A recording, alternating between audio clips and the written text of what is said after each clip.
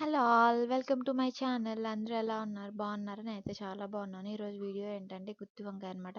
గుత్తి వంకాయ చాలా ఇష్టం కదా! నాకు ఎక్కడ ఈ బాగా నచ్చింది, నాకెందుకు ఇంత ఇష్టం అంటే నేను నంద్యాల హాస్టల్‌లో ఉన్నాననమాట. అక్కడ ఇలా చేస్తారు. గ్రేవీ కూడా సేమ్ ఇదే కలర్ ఉంటుంది. నాకైతే చాలా ఇష్టం అది. హాస్టల్‌లో చేస్తారనమాట ఇది. నంద్యాలలో బ్యాంక్ కోచింగ్ తీసుకుంటే అక్కడున్న వాళ్ళకి, అది కూడా ఇన్‌స్టిట్యూట్ హాస్టల్‌లో ఉన్న వాళ్ళకి బాగా తెలుస్తుంది ఈ రెసిపీ.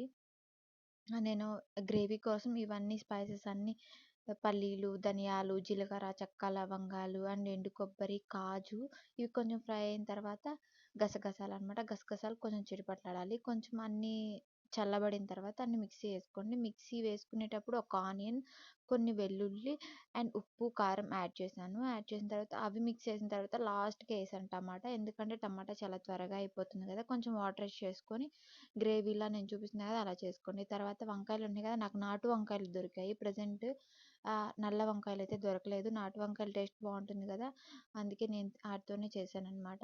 గుత్తి వంకాయని ఇలా 4 పీసెస్‌గా కట్ చేసుకొని అందులో పుచ్చు ఉంది లేదా చూసుకొని చెక్ చేసుకొని గ్రేవీ అలా పెట్టండి. పెట్టి పక్కన పెట్టుకోండి. తర్వాత కుక్కర్ పెట్టుకొని, కుక్కర్‌లో అని చెప్పాను కదా, కుక్కర్ పెట్టుకొని కొంచెం ఆవాలు, జీలకర్ర అండ్ ఎండుమిర్చి ఒకటి, పచ్చిమిర్చి ఒకటి, కొంచెం కరివేపాకు. నేను కొంచెం ఇంగువ కూడా వేసాను. ఇంగువ ఫ్లేవర్ నచ్చని వాళ్ళకి స్కిప్ చేసేయండి. ఇప్పుడు మనం ఆ గ్రేవీ కూరి పక్కన పెట్టుకున్నాం కదా, అవి వేసేసుకోండి అనమాట. అవి వేసుకొని స్లోగా మిక్స్ చేసుకోండి. నేను కొంచెమే చేశాను కాబట్టి మా చిన్న కుక్కర్లోనే చేసేసాను. దీనికంటే ముందు ఏంటంటే కొంచెం చింతపండు నానబెట్టాను అనమాట పులుపు కోసం. పులుపు తగిలితే బాగుంటుందని, నచ్చని వాళ్ళు వేసుకోకపోయినా పర్లేదు, ఎందుకంటే టమాటా యాడ్ చేస్తాం కదా.